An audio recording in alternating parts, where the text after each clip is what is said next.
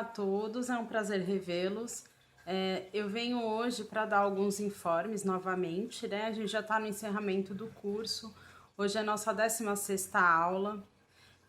A gente vai com as aulas até o dia 5 de dezembro, por conta de um problema técnico que a gente teve em um dos sábados, e para obedecer o calendário e cumprir tudo aquilo que a gente propôs em debater nos temas, a gente vai até o dia 5 do 12. A gente está estendendo o prazo por conta também desses problemas técnicos do TCC até o dia 30 de novembro, então até essa data a gente vai estar recebendo os TCCs.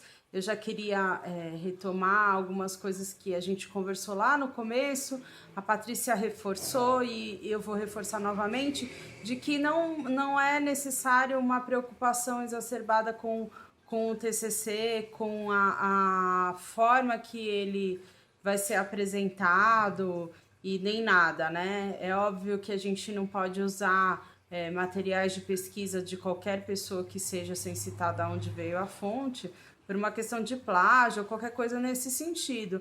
Mas o TCC pode ser uma manifestação artística, uma coisa individual, ele não tem um formato quadrado de uma pesquisa acadêmica.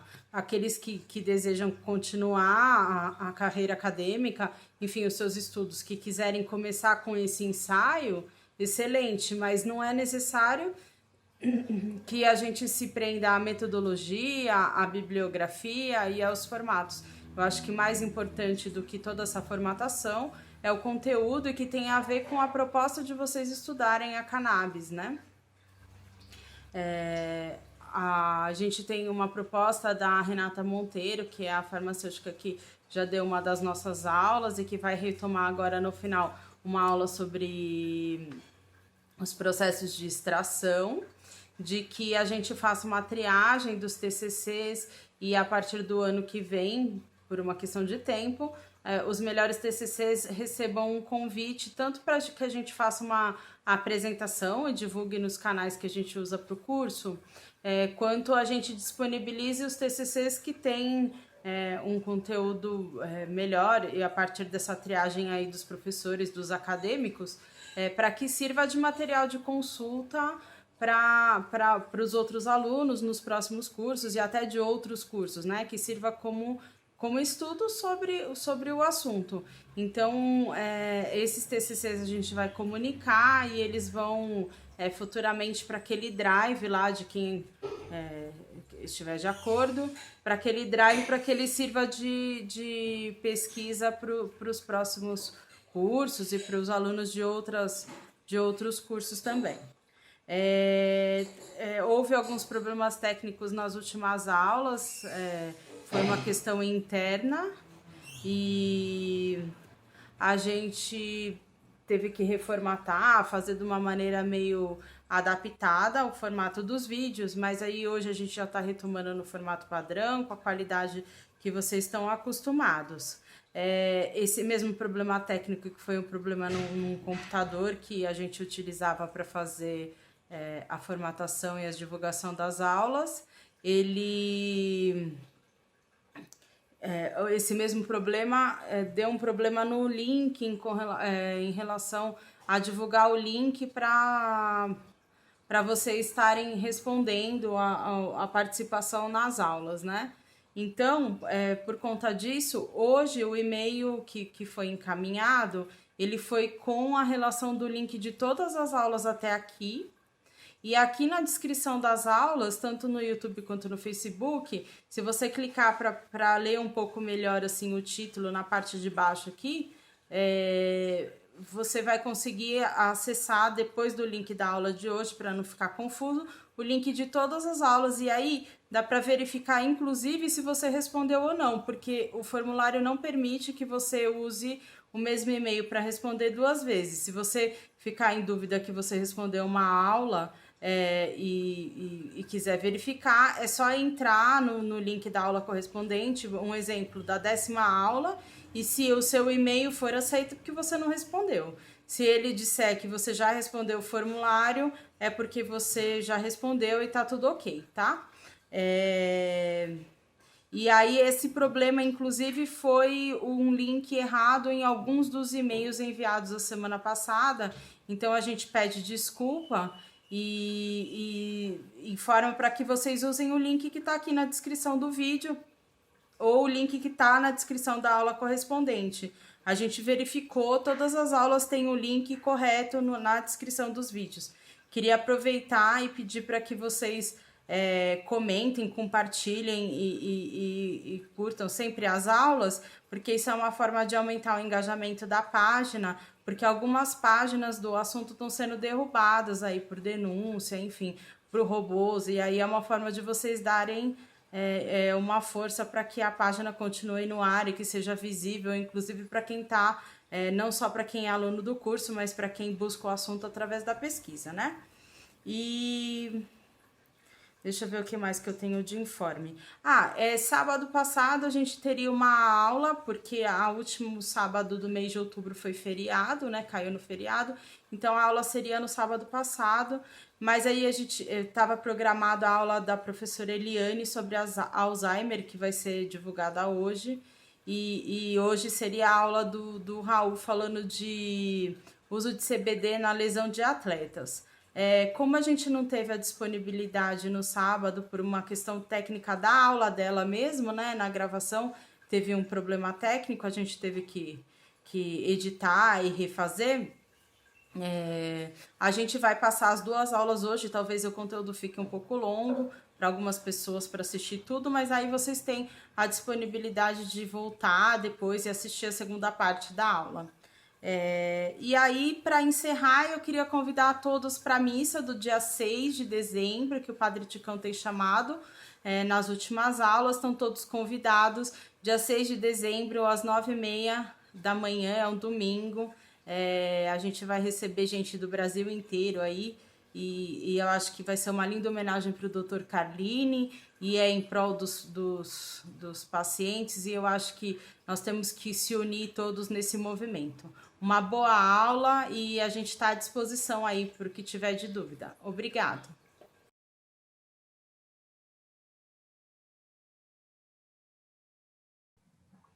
Bom dia a todos e a todas nesta parte do curso do Ticão. Eu agradeço muito o convite e esse tema é um tema muito importante para nós que estamos atuando na área médica. A gente acredita que a dor, a dificuldade de dormir e a doença na terceira idade, as doenças na terceira idade são os temas mais importantes na prática clínica, tanto dos médicos prescritores, quanto da equipe multi-interdisciplinar que pode estar conosco fazendo o trabalho. Então, eu hoje vou estar falando com vocês, conversando com vocês a respeito da terceira idade, especialmente a questão da doença de Alzheimer. Nós, hoje, costumamos usar o termo doença de Alzheimer para todas as demências, e existem diferenças. Então, eu sempre gosto de dizer que a gente usa o jargão doença de Alzheimer, quando, na verdade, tem os vários tipos de doença. Mas ela está sendo usada, assim, como um sinônimo da senilidade, né? Então, continuo aqui discutindo sobre esse tema, esse amplo espectro da doença, como antigamente as pessoas falavam, né, a pessoa está esclerosando, né, agora a gente não usa mais isso, e a gente, então, acaba usando, está com doença de Alzheimer. Então, eu não vou me ater aqui nessa diferenciação clínica, mas vou me ater mais ao conceito da perda da memória, da perda da cognição na terceira idade, que é um tema muito importante para nós. Vou estar, então, apresentando aqui uns slides, vou estar colocando para vocês. Vamos lá. Bom, então, meu nome, para quem não me conhece, sou Eliane Lima Guerra Nunes, deixa eu aqui acertar, e sou atualmente a diretora geral, coordenadora geral da SBEC. Então, acho que é muito importante que a gente consiga falar um pouquinho, né, sobre esse tema. Acho bastante interessante essa figura, porque ela mostra exatamente onde fica o hipocampo, que é o centro da nossa memória, né? Nosso HD, a parte mais importante para a gente poder ser o que a gente é. Eu gosto sempre de lembrar vocês, né, que a Sociedade Brasileira de Estudos da Cannabis Sativa, ela é uma sociedade sem fins lucrativos, né, e ela é muito importante para nós, porque trazer para a gente aqui vários pesquisadores, vários cientistas, e ela tem como objetivo sempre estar propondo as políticas públicas na área da cannabis sativa, da planta integral, né? A planta inteira, como a gente diz, né? O óleo integral. Eu não tenho nenhum conflito de interesse nesse momento, apenas sou coordenadora da SBEC, e gosto de reforçar isso porque vários colegas, enfim, são CEOs de empresas, trabalham para as empresas e às vezes colocam certas questões que são muito mais da própria empresa. Não sou contra nenhuma das empresas, muito pelo contrário, nós prescrevemos todos os medicamentos, mas acho importante, como prevê o Conselho Federal, da gente falar dos nossos conflitos neste momento. Sempre gosto de falar, antes de qualquer coisa, que nós não estamos lidando com uma medicação nova, uma medicação bem velha, né? Na história, a gente vê que, pelo menos na matéria médica, né, nós temos há 2.000 anos de história antes de da farmacopeia chinesa. E eles nunca pararam de produzir até hoje, né? Então, nós temos hoje que fazer uma reparação, não só histórica, quanto social também, né? Porque a proibição foi motivo para a punição, principalmente das classes sociais menos favorecidas. Se a gente não tiver essa perspectiva, a gente não entende por que hoje, até hoje, é proibido. Só é proibido hoje porque tem uma função social de controle. Se a gente entende isso, a gente entende que a gente tem que tomar uma atitude mais ativa, não só na questão da cannabis medicinal, mas na política de drogas. Esse tema, para mim, é muito caro, eu trabalho nele há 33 anos, desde que eu sou formada, e tenho visto toda a evolução e a involução nos últimos anos. Então, é importante a gente reforçar isso. Não é uma medicação nova, e em todos os países está sendo feita modificações. Hoje mesmo está sendo votado, foi votado nesses últimos dias, nos estados americanos, né, que a gente está vendo agora nas eleições, como cada estado se comporta como um país, e cada estado tem aprovação, e a maioria dos estados americanos estão aprovando o uso recreacional. Não é para que as pessoas se divirtam, como muita gente fala, ou que as pessoas vão ficar dependentes químicas, mas é no sentido de dar acesso a todas as pessoas e as pessoas não serem criminalizadas por conta deste uso. Então, você é adulto, que tem condições de pagar seu imposto, que compra o seu cigarro ou o seu tabaco, tem direito também a fazer uso de todas as substâncias, desde que você não interfira na vida do outro. Isso é um tema muito caro para nós, e a gente precisa pontuar isso, porque nós estamos na iminência de aprovar uma PL que pune ainda o cidadão, só valoriza a indústria, e a gente tem que se posicionar, principalmente nas câmaras municipais, na Câmara Federal e no Senado, né? Dia 15 de novembro está aí, e nós vamos votar, não é mesmo? Então, vamos escolher os nossos candidatos verdes. Bom, como eu disse, a cannabis não é nova, depois vocês podem estar vendo esses slides vão ser divulgados através da coordenação, e eu, como uma das pessoas que apoiam a curso, né, a SBEC, ela tem essa posição de oferecer profissionais para o curso, e o curso todo ele é coordenado pela paróquia do padre, né, e a Gabi e nós, professores que estamos apoiando, e a entidade SBEC, e atualmente a entidade Jurema, que está apoiando o curso. Então, é importante que vocês tenham um slide e escrevam e-mail quando tiver dúvida para a coordenação. Gosto sempre de lembrar a importância da questão histórica para nós que temos uma origem judaico-cristã. Então, está aí a planta descrita no Êxodos 30, 22, 23. Então, para quem é muito religioso e é contra a planta, então vai lá, abre a Bíblia e vai ver que está ali descrito o óleo sagrado que era ungido os templos desde aquela época. Foi resgatado recentemente, né, faz um século, mas foi resgatado, e em Israel, todo esse boom que teve também tem a ver com esse resgate histórico. É muito importante, então, que a gente tire do peso da proibição a questão religiosa, porque ela não se aplica. E, novamente, uma questão de controle social. Nós devemos, né, a esse médico, o William, ter trazido, há 2 séculos atrás, a informação de que a cannabis, ela era ativa, quando ele fez a sua passagem ali pela Índia. Então, a ganja é muito antiga, o uso medicinal dela é muito importante, apesar que não é uma medicação nova, ela faz parte desde a primeira matéria médica da Merck. Todas essas empresas sabem do uso da cannabis, mas ela foi abolida no século passado por N questões que vocês podem estar vendo aí na questão histórica, que eu não vou entrar no mérito hoje, porque a gente precisa falar de outras questões. Então, se vocês forem buscar as vidrarias, vocês vão ver os vidros antigos da Merck. Então, o que nós não sabíamos há 2 séculos atrás, agora nós sabemos, só que nós carregamos ainda o ranço da proibição do século passado, e nós temos que mudar isso, por isso que o curso é muito importante para a gente fazer opinião.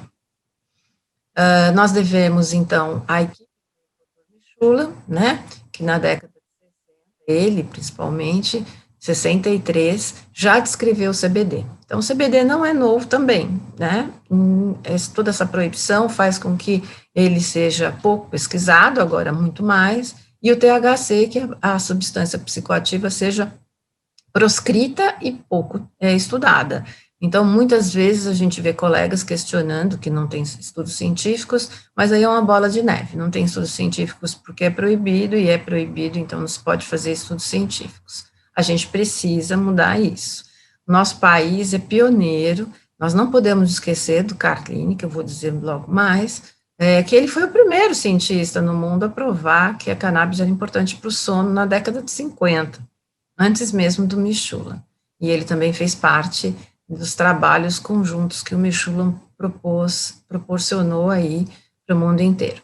E dia 5 de novembro, o Michula fez 90 anos e foi bastante saudado, e agora existe até uma campanha para que ele ganhe um prêmio Nobel, e a gente pode até também, como um brasileiro que somos, né, propor aí uma campanha para o prêmio Nobel para o Carlini pelo conjunto da obra. Sim, porque o Sebride precisa, ele merece, né, por toda a matéria que ele fez, médica, não só com a cannabis, e também de ter perdido, né, patentes, né, então é importante que a gente resgate a história, sempre a história é que nos orienta. Se a gente esquece a história, a gente não entende porque das questões, principalmente na questão da cannabis medicinal nos dias de hoje. Então, Carlini, né, nosso grande mestre, que partiu, e ele mesmo, na década de 70, fez o primeiro estudo duplo cego sobre cannabis e epilepsia. Então, não é nem um pouco novidade, nós já temos isso desde a década de 80 no Brasil, e isso não foi utilizado por conceito de entendimento, e até hoje as pessoas nem sabem quem é o Carlini, né, no Brasil, e tudo que ele fez, né, a gente importa conhecimento, sendo que a gente já tem aqui muito bem fundamentado. O sistema endocannabinoide é a coisa mais importante, né, então, muito mais além do que é discutir o que é um sistema, com todas as suas nuances, que a gente vai até citar aqui um pouco, mas não se adentrando com tantos detalhes para quem são os profissionais de saúde, ou para quem é apenas uma pessoa leiga que quer estudar, todos nós temos sistema endocannabinoide, né? Então, mesmo que a gente seja contra a maconha, nós temos uma maconha endógena, e isso é muito importante para a gente poder entender por que a gente precisa da cannabis. Então, nós temos muitos receptores no cérebro, e esses receptores Então, para nós, como é importante aí a questão do uso da cannabis para fazer aí a correção, modular o sistema.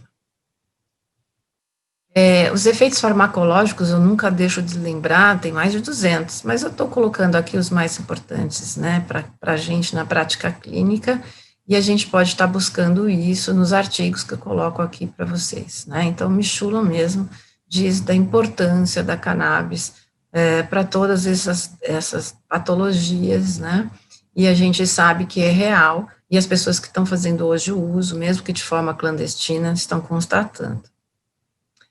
E aí nós chegamos a um ponto, né? O governo americano, que controla a patente desde 2003, e que o ano passado ela já perdeu a validade, a gente vê que um monte de outras patentes surgiram, eu vou estar citando uma só, que tem a ver com o meu interesse, mas vi várias, né, nessa pequena pesquisa que acabei fazendo recentemente.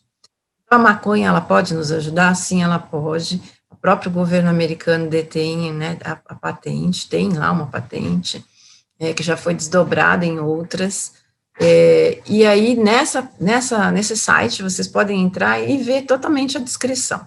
Então, os canabinoides, eles são suplementos alimentares, né, nos Estados Unidos é assim que é considerado, só que no Brasil é considerado medicamento, né, como em outros lugares por outros interesses, e o povo americano pode utilizar hoje, né, atualmente, a cannabis em diversos estados, principalmente o CBD, né, que é livre em todo o território americano, para que as pessoas não precisassem fazer migração. Mas isso é pouco, recente para alguns lugares, né?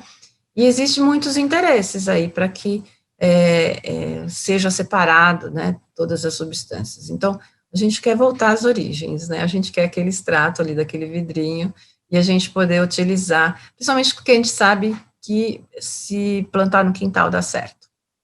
Como diz Margarete da Pepe, né, óleo de panela.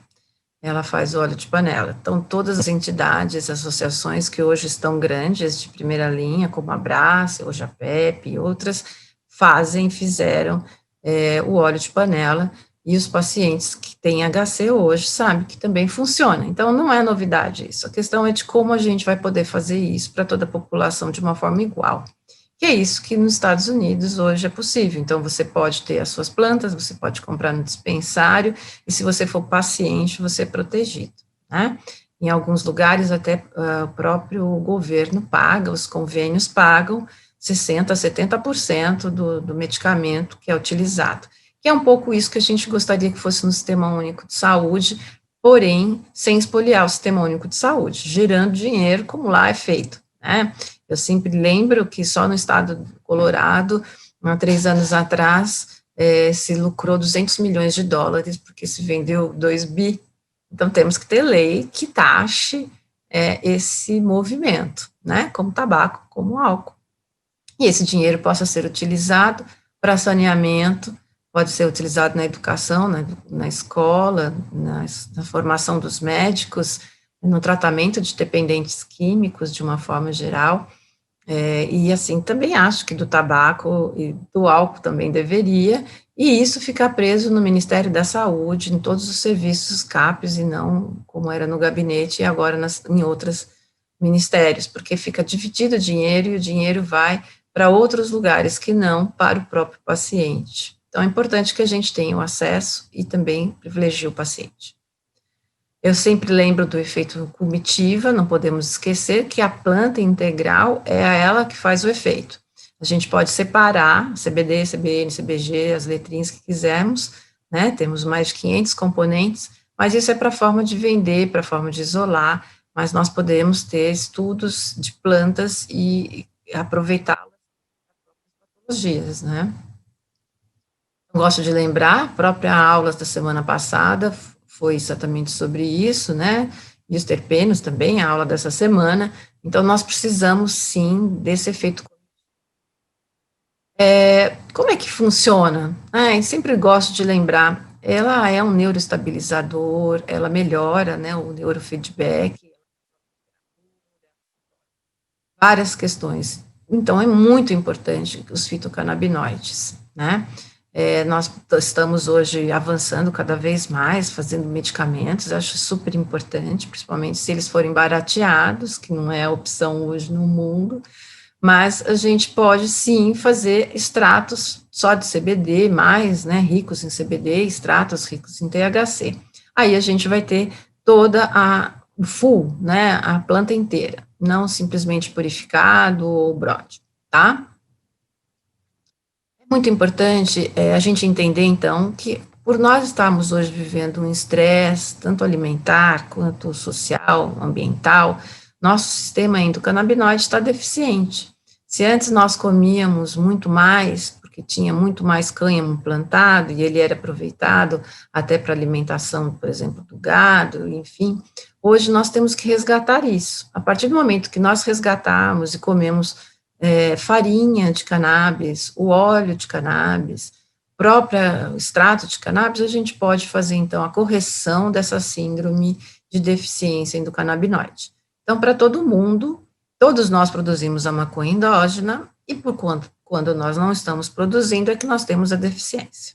Então, hoje, a cannabis na prática clínica, como eu já tinha comentado, é muito importante para dor, para fibromialgia, dor oncológica, dor geral, diminuição dos opioides, que é fantástico, né? Por isso que esse lobby, ele incide nessa política de aprovação da cannabis medicinal. Se deixar para a população decidir, a população decide como nos Estados Unidos. Ela quer medicamento e ela quer fazer o uso da cannabis. E o uso da cannabis é para uso adulto. Se eu posso beber, se eu posso fumar, eu posso usar cannabis também, como qualquer outra substância. Geralmente, isso é utilizado para contrabater, né, enfim, a questão de uso na infância. Óbvio que aqui ninguém é a favor do uso na adolescência, o uso na infância, a não ser por questões médicas, né, se a criança está perdendo cérebro, não tem razão para dizer que ela vai perder cérebro, mas a gente precisa entender isto, né, nós precisamos propor que as pessoas adultas, com juízo, possam decidir pela sua vida, somente se elas tiverem dor, ou elas tiverem algum transtorno do humor, principalmente agora na época da Covid, que o CBD funciona como um ótimo ansiolítico, e as pessoas hoje estão se matando, as pessoas estão usando muito medicamento. Se fosse a primeira escolha, certamente nós diminuiríamos o uso de benzodiazepínicos, antidepressivos e outras medicações para dor e para sono.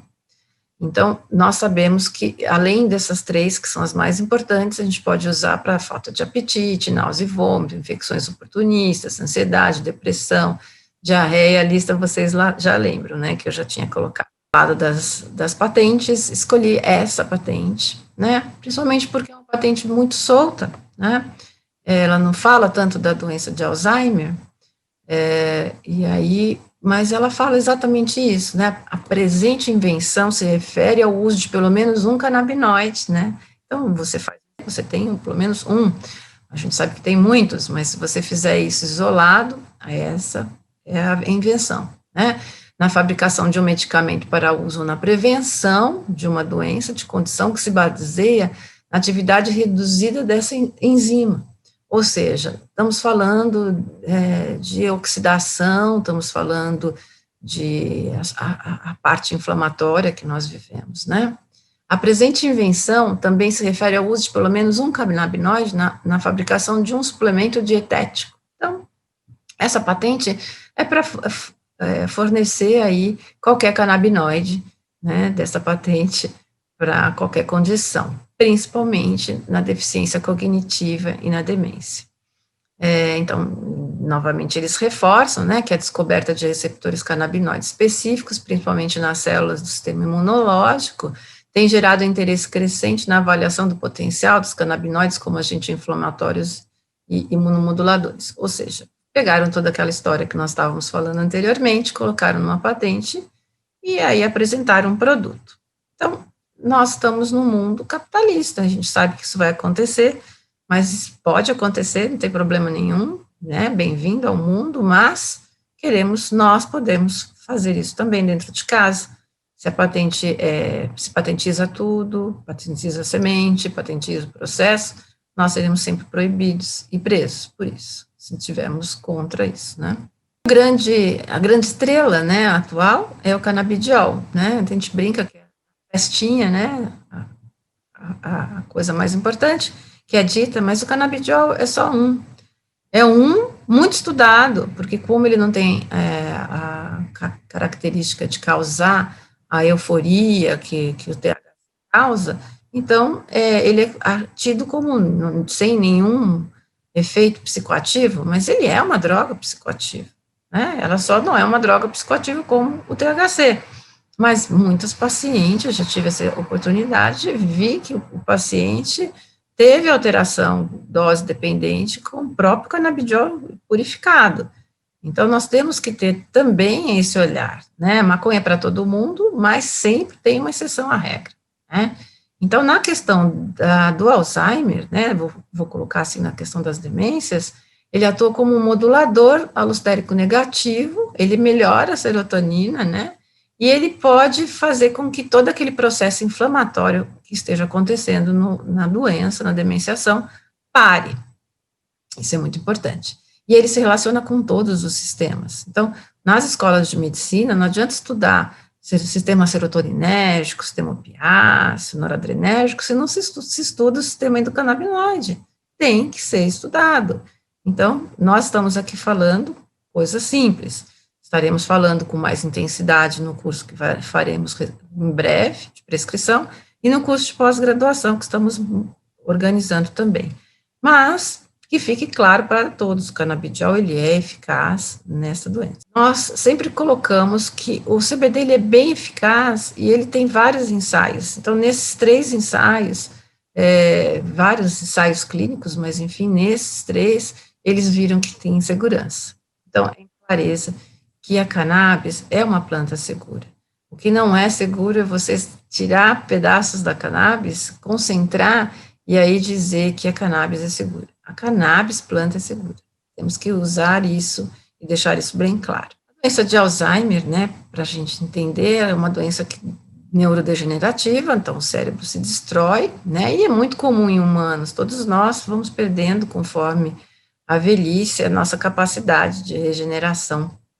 E o cérebro é a mesma coisa, ele é plástico, ele pode modificar, mas ele tende a envelhecer e a morrer, né? É a fatalidade da nossa vida, né? Mas na questão do Alzheimer ou da doença, na demenciações, né? Na demenciação de uma forma ampla, nós perdemos a nossa identidade a partir do momento que a gente não lembra o que a gente fez há 5 minutos atrás, né? Então é uma doença muito triste que afeta muitas famílias no Brasil e os filhos, né? Têm que cuidar dos pais e fazer tudo, porque alguns estágios da doença, o paciente está acamado, está fraldado e não tem mais mobilidade. Precisa de alguém que o alimente como um bebê. E ele tem um comportamento de um adulto que não sabe o que está acontecendo, né? Então, existe muita agitação, muita insônia, e você não sabe o que está acontecendo com esse paciente.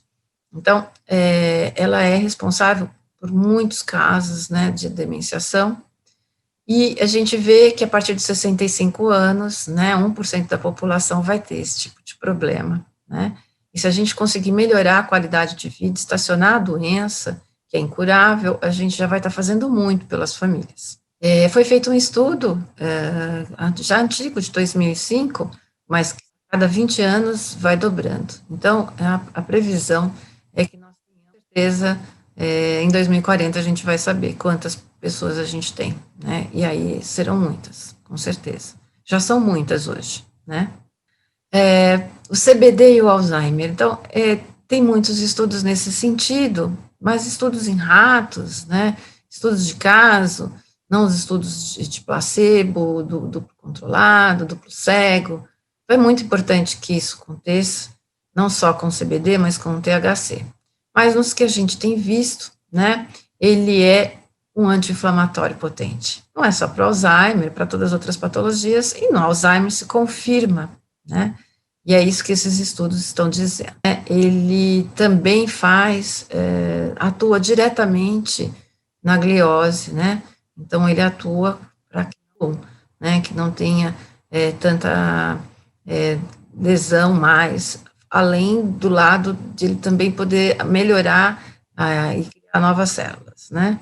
Então, acho muito importante a gente dizer que o CBD é a estrelinha, né, porque ela está sendo muito estudada, mas não é a estrelinha que funciona só, né. Então, como eu já tinha dito, ele interage com vários sistemas, né, incluindo os receptores de glutamato, além de ele poder agir na questão da depressão, que acontece na terceira idade, na doença de Alzheimer e nas demenciações. Então, é uma droga multimodal, ou seja, a partir do momento que eu incluo o CBD, certamente eu vou tirar as outras drogas. E isso tem que ficar bem claro, a gente vai tirar depois, não já. Então, é importante a gente entrar com a cannabis, né, de forma integral, nos pacientes sensíveis, a gente usar um óleo rico em CBD, mas a gente ter claro que vai melhorar várias questões aí, né, não só a demenciação, mas as outras comorbidades que as pessoas da terceira idade possuem. Então, esse estudo é muito interessante, vocês podem seguir, como eu já tinha comentado. Isso é uma coisa muito importante, né? E aí, a questão de restauração dos neurônios. A gente acreditava que o cérebro não fosse plástico, e a gente sabe que isso pode ser revertido. Nós fizemos recentemente uma live que está disponível no YouTube da SBEC, com o Felipe Suzin, que fala do seu pai, o Ivo, do Cuidando Ivo, muitos têm seguido, e ele fala que o pai não só estacionou, como começou a voltar a ter as coisas que ele tinha perdido. E isso só é graças à neuroregeneração. Então, a gente tem muitos estudos ainda para fazer, mas a gente precisa da planta integral e fazer os estudos com THC também. Como eu estava dizendo, né, entre em contato, assim, com esse artigo, né, porque eu não quero entrar no detalhe médico, mais neurocientífico da questão, mas a importância do CBD em várias atuações dentro dessa cadeia da morte do neurônio, né, então ele age e promove novos neurônios, eu acho que isso como ele diz novamente, esse artigo, esse autor, ele tem vários artigos sobre Alzheimer, né, ele coloca essa importância, né, de ver como o paciente degenera e como hoje existem drogas para impedir isso. E como o CBD, no caso, pode fazer esse tipo de atuação. E aí a gente vem para a questão do THC. A gente sabe que não é só a planta rica em CBD, em THC. E hoje, tanto na PL como nos Estados Unidos, né, para exportar para cá, em vários outros países, e agora a gente está tendo um pouco mais de acesso, a gente sabe que precisamos fazer estudos com THC. Então, existem esses estudos aqui que viu que o Sativex, né, que aqui no Brasil é conhecido como Mevatil, que é na proporção praticamente 1:1, diminuiu a gliose. Então, isso é muito importante, né?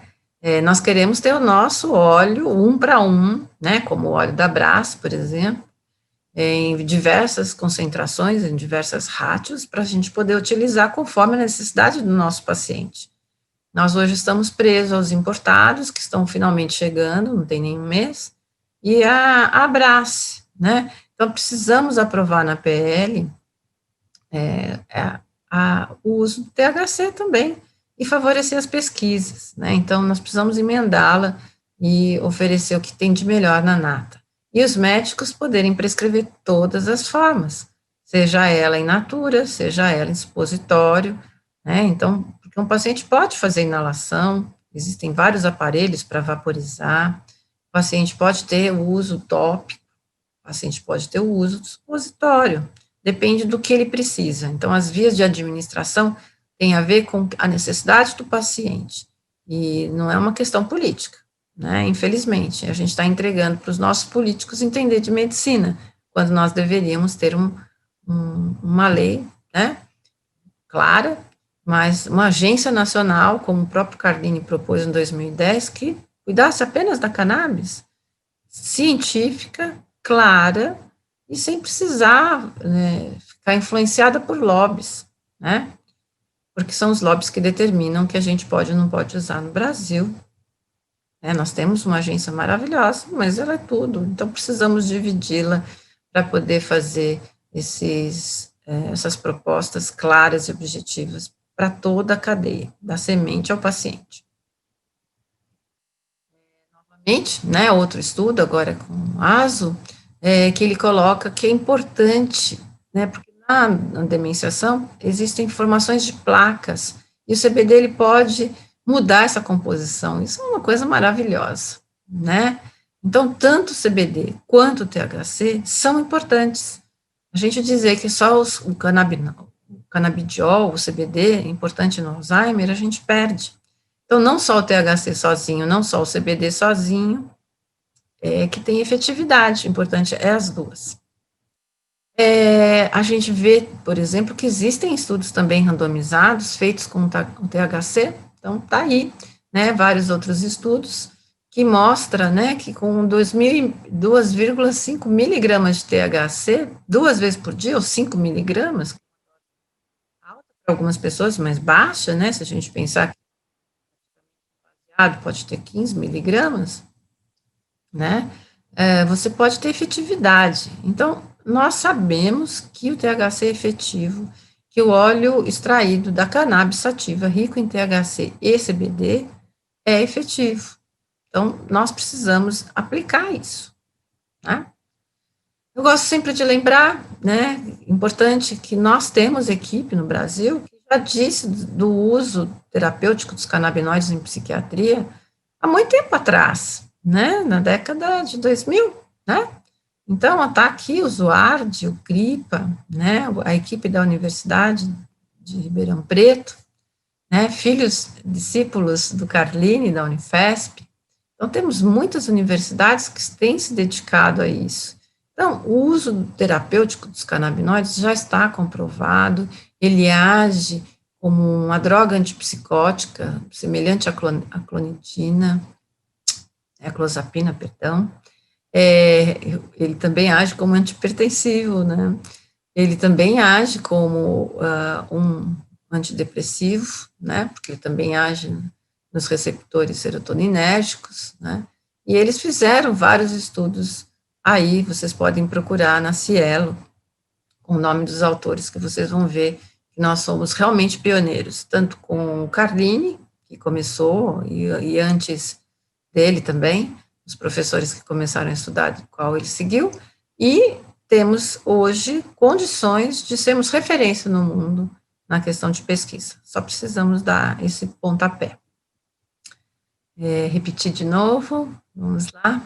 Gosto de lembrar que nós, da SBEC, através de um trabalho meu de campo, dentro do curso do Padre Ticão, desde o primeiro curso, que eu sou docente e apoiadora, sempre trabalhei com as mulheres, principalmente as crianças, as mães, porque desde a minha formação sempre quis trabalhar com pediatria, psiquiatria infantil, psicanálise infantil, e quando me deparei com a cannabis, né, eu que depois de trabalhar 30 anos na área de dependência química, com crack, adolescentes de rua, mulheres prostituídas, me vi numa situação de ter que trabalhar com as mães para que elas tivessem acesso ao óleo integral, para que elas não usassem o óleo clandestino, para que as crianças não tivessem efeitos adversos.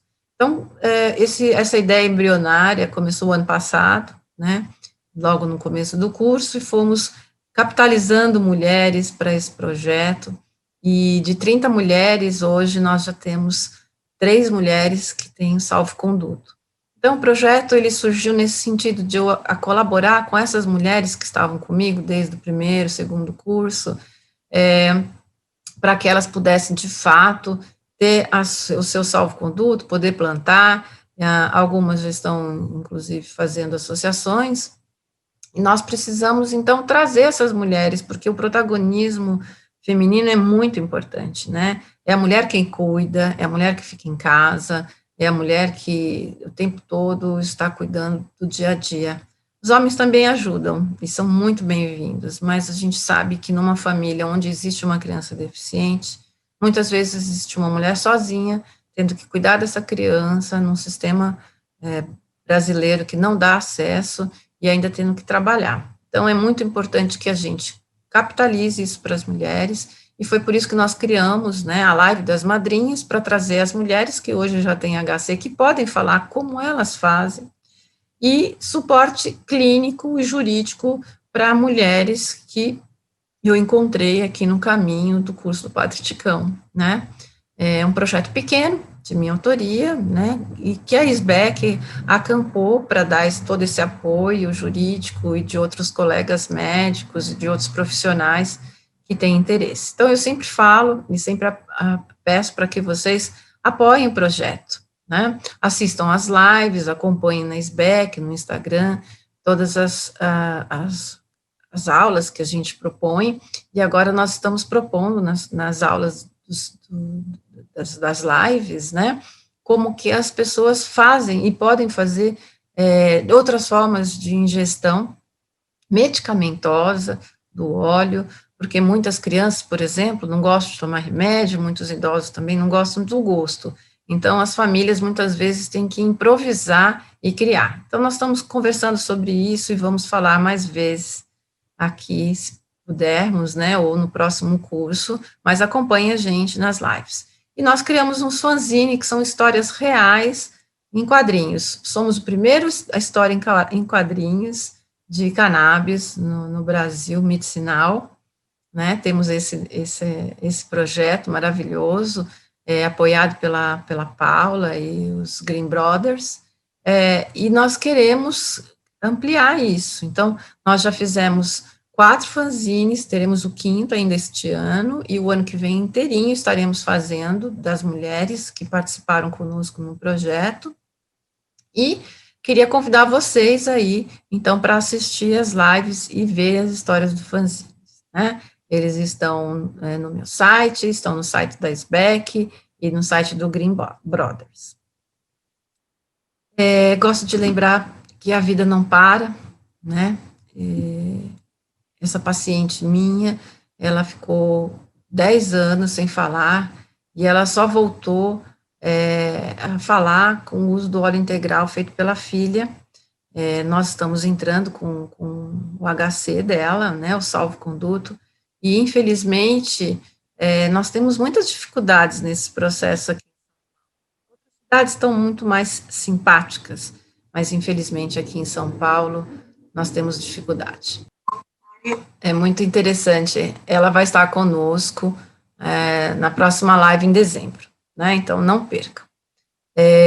A microdosagem para iniciantes, é muito importante isso, né, muitas pessoas me perguntam como começar, e eu sempre digo que para cada paciente existe uma dose. Tem que passar isso nas minhas consultas, responsabilizando os pacientes também, para que não aumente rapidamente a medicação, e não pare com as outras medicações, né? E vai de 1 miligrama em 1 miligrama, se a gente pudesse medir, ou de gota em gota, até achar a sua dose. E quando trocar de medicamento, né, então novo lote, comece pela metade da dose, para não ter problema, porque ela varia, né, como os irmãos variam numa família, às vezes de uma mesma planta, pode ter alguma variação. Então, com esse ajuste, a gente consegue fazer a microdosagem. Existem pessoas que vão ter que precisar de alta dose, mas se começar devagarzinho, né, vai chegar lá. Sempre falo do Dr. Sulak, né, que ele é o nosso sócio honorário, nós temos uma palestra maravilhosa com ela, disponível no nosso YouTube, e gostaríamos que vocês olhassem, né, ouvissem toda aquela jornada maravilhosa que nós montamos, e que está gratuitamente para vocês assistirem, e se quiserem certificado, vocês podem estar pagando uma taxa simples, né, onde nós falamos exatamente isso, da importância da microdosagem, da importância do passo a passo, sem pressa, porque é muito importante que a gente ache cada dose. Gostaria de falar da homenagem do MMJ ao Dr. Carline. O Dr. Carline, para nós, ele é, assim, graças a ele que esse curso existe, né? Ele, o Sebride, a Unifesp e o Padre Ticão, né?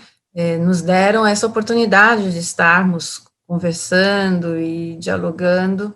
E o ano passado, para quem pôde estar presente, foi realizada a aula magistral, uma das últimas aulas que o Carline fez dentro do curso, foi a última, onde ele esteve com a sua esposa, Solange Napo, e onde a Unifesp e o Padre Ticão encerrou essa placa, né? Então, para quem for lá na igreja, no dia 6 de dezembro, estão convocados, né, para a missa da Santa Erva, com todos os cuidados com o Covid, vão estar podendo ver essa placa, né, e nosso de coração, nós do MMJ, queremos fazer uma homenagem para ele no próximo fanzine, que vai ser agora, no dia 28 de novembro, e também no fanzine de Natal. Então, não percam. Assistam, curtam, distribuam, né, essas histórias, porque elas são gratuitas e elas estão na internet. Aí tá o fanzine, né, e a gente gosta sempre de lembrar, né, que a cannabis medicinal tem que ser para todos os nossos pacientes. Os pacientes graves serão os primeiros, não aqueles para processar o SUS, né? E principalmente o THC. A gente não pode excluir, nós queremos a planta inteira. Então, a gente apela ao magistrado para que eles sejam sensíveis e apoiem essas famílias, porque é muito difícil uma família chegar até a justiça e ter que implorar para poder tratar do seu doente. Então, não percam. Vamos fazer também em breve um curso de prescrição para médicos, né? Nós temos visto vários cursos com preços carésimos, mas que para a indústria farmacêutica, né, o preço de 2 vidros de medicamento vale a pena, né? Muitos médicos. Nós estaremos fazendo o nosso com um preço melhor, né? Porque a gente quer dar acesso a mais médicos, a mais profissionais. Os nossos associados terão 50% de desconto, e eu gostaria de dizer que nós queremos que todos os profissionais médicos possam prescrever, e que todos os profissionais de saúde possam entender como funciona para poder ajudar os nossos pacientes, para que eles não sejam estigmatizados, tá? Então, não percam, acompanhem aí na SBEC, nós vamos estar loguinho distribuindo aí os links para essa inscrição. Gostaria de pedir para vocês também, né, aqueles que não querem fazer o curso, divulguem, e os pacientes e os técnicos, todos os profissionais, porque eu acho que é muito importante entender como é o plantio, né? Isso é de uma forma simples, foi feito por mulheres, né, e por apoio de pessoas que plantam, né, é muito importante. Então, esse curso da semente ao paciente, ele foi feito para as mulheres, porque nós nos deparamos, infelizmente, no caminho, a exigência do magistrado para que as mulheres declarassem onde elas estavam aprendendo. Então, por isso que a SBEC, né, que totalmente apoia o autocultivo, né, e que as pessoas tenham o seu direito, fez o curso especialmente para as mulheres, para que elas entendessem um primeiro passo, né. E aí, nós, quando elas fizeram o curso e gostaram, vimos que poderíamos ampliar para mais pessoas que queiram o certificado, que queiram aprender, não só para os pacientes do MMJ. Então, ele é um curso de 4 horas, e se vocês usarem aí esse link, né, ele está por R$47, vocês vão ter um descontinho por R$42. E vocês vão estar disponibilizando aí uma verba que vai ser usada no projeto para subsidiar toda a necessidade que a gente tem e os custos que a gente está enfrentando aí no caminho, né? Gostaria de lembrar, sempre gosto de lembrar as entidades que são pioneiras, né, a Abraça, a Cultive, a PEP, a Abracannabis, a Florescer, a Liga Canábica, tanto da Paraíba, do Piauí, a Reconstruir, a Ampara, a Apoiar, a Sativoteca, a Flor da Vida, Santa Cannabis, tem tantas. Quero que tenha uma por município. Teríamos que ter 5.000 ONGs sérias que querem fazer essa mudança cultural e que querem plantar para os seus pacientes e também distribuir mudas e também estar ativas na farmácia viva e também ajudarem aos seus pacientes terem autonomia, porque a gente sabe que, por mais que as associações se esforcem para parecer uma indústria do jeito que a própria Anvisa exige e que, de uma certa forma, a PL propõe, nós precisamos, né, que as pessoas e que as associações sejam tratadas como pessoas e como associações. Elas não são com fins lucrativos, então elas não têm esse dinheiro de investimento que é exigido. Se nós temos que cuidar da segurança, eu também acho, essa segurança tem que vir do impostos que a PL pode propiciar, né? E os pacientes têm que ser protegidos e não perseguidos, como é feito no Brasil. Então, as associações, elas acreditam que o único jeito de democratizar é permitir o salvo-conduto, como aconteceu agora recentemente no Chile, que a pessoa tendo uma prescrição, ela já pode plantar. Muitos pacientes me procuram com essa ideia ainda errônea, né, veiculada por algumas pessoas. Não, a Receita não te dá direito do salvo-conduto. Nós não temos uma PL ainda nesse sentido. Teríamos que emendar esta para sermos mais dignos, né? Vamos ver se a gente consegue aí fazer com que a política entenda que não é só para as empresas, é para as pessoas também. A atenção de vocês até agora, espero que vocês possam estar conosco na SBEC, estar conosco nessa trajetória, junto com o Padre Ticão. Tentem os cursos, divulguem para os seus amigos e estejam conosco, então, no dia 6 de dezembro, na missa que haverá aí na paróquia do Padre Ticão. Agradeço demais e me coloco à disposição de vocês em outro momento para tirar dúvidas, ok? Até mais. Olá, tudo bem? Meu nome é Raul Tami. Eu quero agradecer o Padre Ticão, a Gabi, ao Fernando, a todos os colegas do curso de Cannabis Medicinal, a todos que estão assistindo pela internet. Eu fui aluno do primeiro curso de extensão da Unifesp, junto com o Sebride, realizado pelo Padre Ticão, na paróquia São Francisco de Assis, que fica no bairro de Ermelino Matarazzo, na zona leste de São Paulo. Hoje estou aqui mais uma vez com a minha apresentação recém-atualizada. Estou muito feliz porque fui convidado para fazer parte de um livro muito legal que vai sair, é o Tratado da Cannabis Medicinal. Na verdade, são 2 livros, foram viabilizados por meio de campanhas de financiamento coletivo, né? E agora já está na fase final, em breve deve estar indo para a produção. Então, quero agradecer também a doutora Eliane Nunes e a doutora Ana Raune, que me auxiliaram e me proporcionaram essa felicidade de poder estar junto com mais de 80 autores fazendo parte desse lançamento aí, que é o Tratado da Cannabis Medicinal. Para quem não me conhece, eu sou Raul Tami, professor de Educação Física, e minha mãe, ela tem um tumor cerebral que vem sendo tratado com extrato artesanal à base de maconha, né, da cannabis sativa. Então, nós passamos 2 anos, mais de 2 anos, correndo o risco de ser preso, processado por cultivar as plantas e produzir o remédio que minha mãe garante a qualidade de vida da minha mãe hoje em dia, né? E não só isso, além de cessar o crescimento do tumor, houve uma regressão muito significativa no tamanho do tumor. Então, eu vou estar explicando mais para vocês um pouco melhor durante a apresentação. Então, vamos começar aqui a apresentação, vou compartilhar a tela. CBD, né, abreviação de canabidiol, na prevenção de lesões em atletas. Esse é o tema da minha pesquisa. Eu gosto de deixar bem claro, logo no início, o que é canabidiol.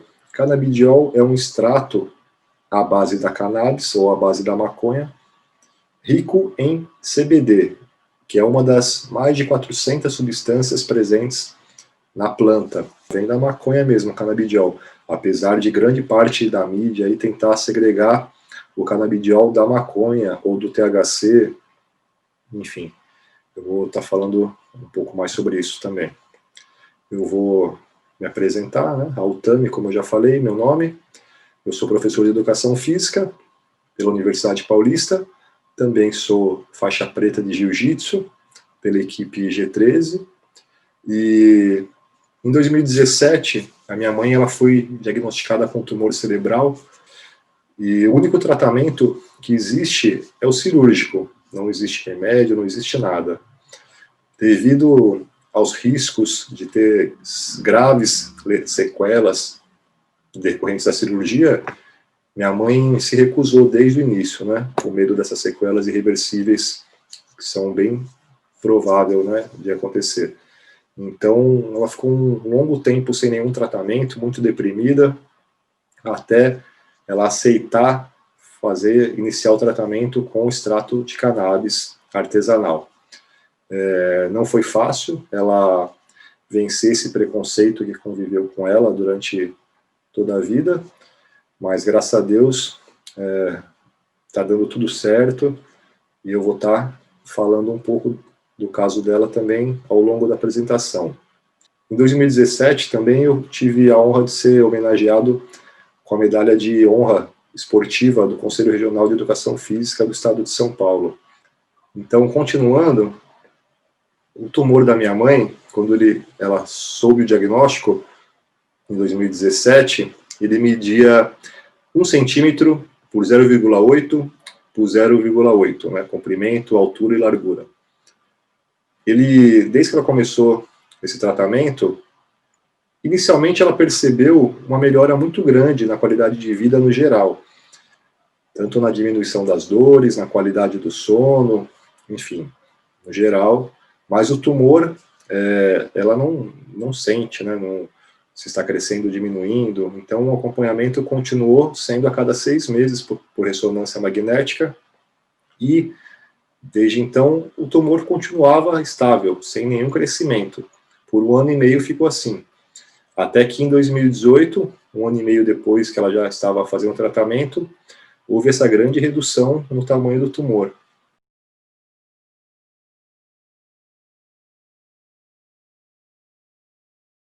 Após essa grande redução e todo o tratamento dela foi muito bem documentado, nos deu confiança para entrar com um processo na Justiça Federal, um pedido de habeas corpus, que depois de um tempo foi concedido. Na época foi o 37º habeas corpus do Brasil. Vamos lá então, falar sobre o esporte. No treinamento de atletas de alto rendimento, é frequente acontecer contusões como consequência a necessidade de controlar as dores para poder treinar, né, não interromper o treinamento. Estamos falando de alto rendimento, né, de atletas que estão em competições. Então, é comum eles utilizarem analgésicos e anti-inflamatórios para controlar e até, de certa forma, para prevenir, mascarando as lesões, né? Prevenir, entre aspas, né? O aparecimento de lesões, mas não está prevenindo, está mascarando. Vamos falar mais sobre isso também em breve. Mas o objetivo geral aqui dessa pesquisa é debater o que é nocivo ou não para os atletas. E cada vez mais profissionais, atletas de diversas modalidades esportivas, vêm falando abertamente sobre o consumo do canabidiol, que até então não se via muito isso, né? Até por medo de represárias e o preconceito em geral. Porém, agora, o CBD, que é um componente da maconha, com propriedades anti-inflamatórias, que são usados para tratar lesões, aliviar dores, melhorar a performance e aumentar a resistência nos treinos de longa duração. No entanto, desde o início, eu vou estar alertando que as outras substâncias continuam proibidas. Somente o CBD, o canabidiol, foi retirado da lista de substâncias consideradas doping. As outras substâncias da cannabis ainda estão como doping. Então, merece a atenção de todos. O CBD foi retirado pela Agência Mundial Antidopagem, o ADA, foi retirado em 2018, né, da lista de substâncias proibidas. E o consumo vem aumentando expressivamente desde então, entre os atletas, principalmente nos Estados Unidos, onde houve já uma campanha de diversos atletas de futebol americano e outras modalidades dizendo que eles buscam alternativa aos remédios tradicionais. Então, eles procuram alternativas mais naturais, com menores efeitos colaterais. Então, desde a regulamentação da cannabis, o CBD, está crescendo muito o número de atletas que estão fazendo uso dessa substância, já que tem muito menos efeitos colaterais do que outros remédios analgésicos, anti-inflamatórios, farmacêuticos, né, que também levam à dependência química. Também, conforme vai crescendo, aumentando o uso, né, vem crescendo as evidências de que é realmente muito eficaz para combater as dores, por exemplo. E esse trabalho tem como principal objetivo fornecer uma visão geral de diversas fontes sobre o uso do CBD em atletas. Então, eu reuni estudos e sistematizei artigos publicados e estou aqui apresentando para vocês. Então, há essa seção para o CBD na lista de substâncias proibidas para os atletas, né, nas competições, desde 2018. Então, o que são substâncias proibidas para os atletas competitivos? São aquelas que, de alguma forma, podem melhorar a performance, colocando ele em vantagem perante os demais, e isso anularia completamente o espírito esportivo. Ou então, são substâncias que são prejudiciais à saúde. Mas muitas perguntas vão ficar sem respostas, como, por exemplo, a maconha, qual a vantagem competitiva que ela traz? E ela faz mal à saúde? Dependendo do ponto de vista. Porque, que sentido faz? Quanto tem de sustentação científica na proibição, uma vez que o álcool e o tabaco estão fora da lista da Agência Mundial Antidopagem, já estavam, né? A cannabis é mais danosa do que o cigarro ou do que o álcool para um esportista. Quanto dessa proibição é fruto do preconceito? E quanto é realmente sustentação com base científica? Bom, essa pesquisa, essa revisão de literatura, não tem a presunção de responder todos esses questionamentos, mas sim de debater e elucidar alguns pontos importantes, e está informando, e eu passando um pouco também do depoimento pessoal, né, da minha experiência com o tratamento com extrato de cannabis. Evidências sobre o desempenho. Para que o atleta profissional se torne competitivo, é preciso que ele se submeta a uma exaustiva rotina de treinamentos físicos, e não é como de uma pessoa que está buscando a manutenção da saúde somente. Em atletas de alto rendimento, o volume e a intensidade são extremos, porque eles buscam o alto rendimento, eles buscam melhorar o desempenho. Então, são muitos exercícios específicos para cada determinada modalidade esportiva. O período de recuperação orgânica é muito diferente, porque ele treina todo dia, no dia que não treina, compete, então não tem o tempo necessário que o organismo necessita para se recompor, né, descansar, se recuperar. Então, é muito comum, além das dores, né, outros problemas que os atletas convivem, devido à carga extenuante de treinamento diário, buscando atingir o alto rendimento, a performance. É evidente que isso está associado com a ocorrência de lesões traumáticas, né, o caso de lesões osteomusculares que afetam a maioria dos atletas aí durante sua carreira. Então, essa preocupação com o mal, né, os efeitos colaterais dos medicamentos farmacêuticos já é alertada há muito tempo. E também o uso indiscriminado dos anti-inflamatórios e analgésicos. Por quê? Porque eles não são usados somente para tirar a dor, digamos assim, né, para acalmar, melhorar a dor. Eles são usados para prevenir o aparecimento de dores. Mas como isso é possível? Os atletas sabem que estão com alguma lesão, com dores, já que isso vai piorar durante o treinamento.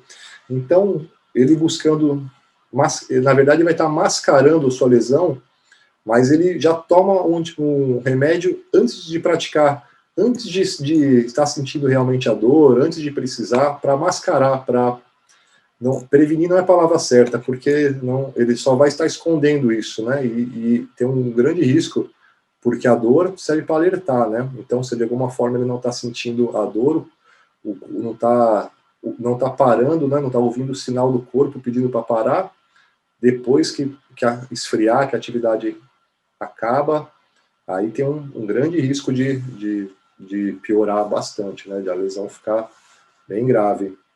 Mascarando essas lesões iniciais aí, em vez de tratar no início, elas vão piorando. Então, essa automedicação tem um grande risco para a saúde cardíaca e renal do esportista. Diversos efeitos colaterais que podem variar conforme o medicamento, desde aquele que provoca desidratação, até os que causam perda da força muscular, piora da performance física, inchaço nos pés e diversos efeitos indesejados. O ópio e seus derivados são tradicionalmente usados, né, na medicina há mais de 4.000 anos para diminuir a dor e também para gerar sentimentos de euforia. Os atletas, como estamos falando, estão buscando um substituto menos invasivo, mais natural, com menores efeitos colaterais do que os analgésicos opioides, padrão, que vem sendo utilizado há décadas para tratar a dor pela indústria farmacêutica, né? Agora, houve um período de intolerância total para a maconha no esporte. Como isso é medido no exame de sangue, a quantidade era de 15 nanogramas por ml. Então, isso significa que a inalação passiva da fumaça de outra pessoa fumando ao seu redor poderia ser acusada no exame de sangue ou urina. E isso realmente aconteceu. Em 2013, a Agência Mundial Antidopagem, depois que aconteceu esse caso aí, ficou famoso no esporte, né? Ele de uma pessoa que eu vou estar falando aí mais para frente, ganhou uma medalha de ouro, foi caçada, depois recuperou, e a UADA reconsiderou, então, essa nova concentração 10 vezes maior do que a inicial, que era de 15 nanogramas, passou para 150 por ml para os metabólitos da maconha no organismo. Então, já vai falar mais sobre esse caso. Continuando aqui, falar sobre a lista da Agência Mundial Antidopagem de substâncias proibidas. Anualmente ela é publicada em outubro, mas ela entra em vigor em 1º de janeiro. Então esse tempo é para garantir que atletas e treinadores tenham um tempo suficiente para se conscientizar das alterações e, enfim, mudar sua rotina de treinamentos, fazer as adaptações aí necessárias. Então, efetivamente, a partir de janeiro de 2018, o CBD foi removido da lista de substâncias proibidas. Muitos atletas profissionais passaram a utilizar como alternativa, principalmente ao ibuprofeno, pois muitos deles acreditam que é uma alternativa mais segura em relação aos analgésicos e anti-inflamatórios tradicionais. Segundo um artigo publicado por um colunista da uma revista de Sports Outside, nesse artigo o autor relata experiências de vários ciclistas e triatletas que utilizaram CBD no lugar de outros anti-inflamatórios para o tratamento de dores musculares decorrentes dos microtraumas provocados pelo exercício. E eles perceberam que isso ajudava muito na recuperação pós-treino. Enfim, pesquisas na área da saúde também comprovam a eficácia, né, demonstrando diversos benefícios do CBD no tratamento de inúmeras doenças neurológicas, psiquiátricas, como epilepsia, Parkinson, esclerose múltipla, depressão, entre outras. Mais recentemente, vem se falando muito do seu efeito anti-inflamatório, seu efeito analgésico, neuroprotetor, e apontam benefícios também para portadores de dores crônicas, como osteoartrite, fibromialgia, e acelerar a recuperação pós-treino, como o que acabamos de falar sobre os atletas, triatletas, ciclistas, corredores de provas de longa duração. Então, vamos falar sobre algumas pesquisas. Tem uma delas que eu vou falar agora, do canal CNN, canal norte-americano de televisão, publicou recentemente que 69% dos americanos são a favor do uso da cannabis como analgésico. E 67% afirmam que o uso do medicamento, opioides, para gerenciar as dores, são mais danosos, oferecem mais riscos do que a maconha medicinal. Quase 70%, então, já reconhece os efeitos e acreditam que é menos danoso utilizar cannabis medicinal do que os medicamentos tradicionais, analgésicos e anti-inflamatórios. Mais um estudo, esse do ano de 2017, publicado no The Journal of American Medical Association, descobriu que 69% do canabidiol testado não tinha a quantidade indicada no rótulo. A falta de padrões da indústria pode tornar a compra arriscada. O que isso quer dizer? No Brasil, ele segue os medicamentos à base de cannabis, seguem um padrão de medicamento, realmente.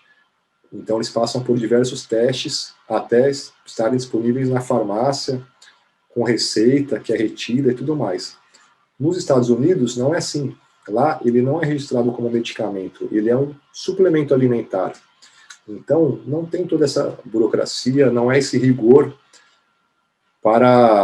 na produção dos produtos à base de CBD. Então, devido a isso, como foi constatado aí, não havia nem a quantidade indicada no rótulo, né, dos produtos. Lá não é vendido somente em farmácia, não precisa de receita, você compra em qualquer lugar, loja de conveniência, por exemplo, ao invés de usar um remédio farmacêutico para dormir ou para dor, então lá já está ficando comum usar um produto à base do CBD, que pode ser ingerido de diversas formas aí, alimentícias, extrato, enfim, líquido, pomada, diversos tipos de uso, né? Lá, ele é suplemento alimentar nos Estados Unidos, porque a Agência Americana de Repressão às Drogas considera derivados de cânhamo industrial sem potencial de abuso ou dependência. O extrato do cânhamo é uma variedade da planta cannabis sativa que é utilizado, vem sido produzido e vendido em diferentes formatos, como já falei aí, né? Cápsulas, uso tópico, óleo para uso oral, entre outras. No Brasil, aqui é bem mais rigoroso, né? A Agência Nacional de Vigilância Sanitária, Anvisa, informou a retirada do canabidiol na lista de substâncias proibidas e hoje encontra-se como na lista de subprodutos controlados, né? Então, seu uso deve possuir consentimento da Anvisa, havendo possibilidade de importação, ou já também, né, pode adquirir em farmácias os produtos disponíveis no mercado brasileiro até o momento, que são poucos, com um custo tão alto quanto os importados, né? Então, na prática, a importação excepcional de uma lista restrita dos medicamentos de CBD, ricas em CBD, mas que não são isolados, né? Eles contêm também THC e todas as substâncias em baixa quantidade, desde 2015, né? Que saiu essa RDC número 17 de 2015, que, enfim, regulam como deve ser a prescrição, os profissionais habilitados legalmente para o tratamento de saúde, né? Então, a partir daí, aqui no Brasil, começou a prescrever, os médicos puderam iniciar esse trabalho com a cannabis medicinal. Você vê que é uma coisa bem recente. Ainda aqui, bastante um tabu ainda, né? ao redor do mundo é um assunto já bem científico e muito popular, e aqui ainda é um tabu, ainda tem muito misticismo, então vamos tentar desmistificar um pouco, né? Falando do uso terapêutico medicinal, né? Além disso, tem diversas possibilidades na indústria, né? Para os derivados da cannabis, que podem inclusive substituir o petróleo como combustível, o plástico, enfim, é um produto sustentável aí que vem sendo sua versatilidade vem sendo ignorada aí há muitos anos, né? Mas isso está mudando. Eu vou falar um pouco também de experiências de alguns profissionais aí, esportistas, atletas profissionais. Bom, vou falar do Andrew Talaski, que ele é um triatleta muito importante, muito conhecido, e começou a utilizar o óleo rico em CBD em 2017 para ajudar em uma lesão no tendão flexor do quadril. E o que aconteceu com ele? Ele tomou por algumas semanas e houve uma diferença notável, imediata, não só o quadril que estava melhor, ele estava menos ansioso, estava dormindo melhor. Então é mais ou menos o que eu falei da minha mãe lá no início, né? Ela aceitou iniciar o tratamento devido a uma coisa muito grave, uma doença muito grave, e viu que estava melhorando a qualidade de vida no geral, foi bom no geral para melhorar a qualidade de vida dela. E todo mundo percebe isso. Tem muitos atletas de futebol americano, de esportes de contato, que utilizam porque eles sentem bastante dor no esporte de contato, então eles utilizavam muitos remédios, sentiam realmente os efeitos colaterais, prejudicar muito o organismo, e agora eles fazem campanha e estimulam o uso do CBD como uma alternativa mais natural.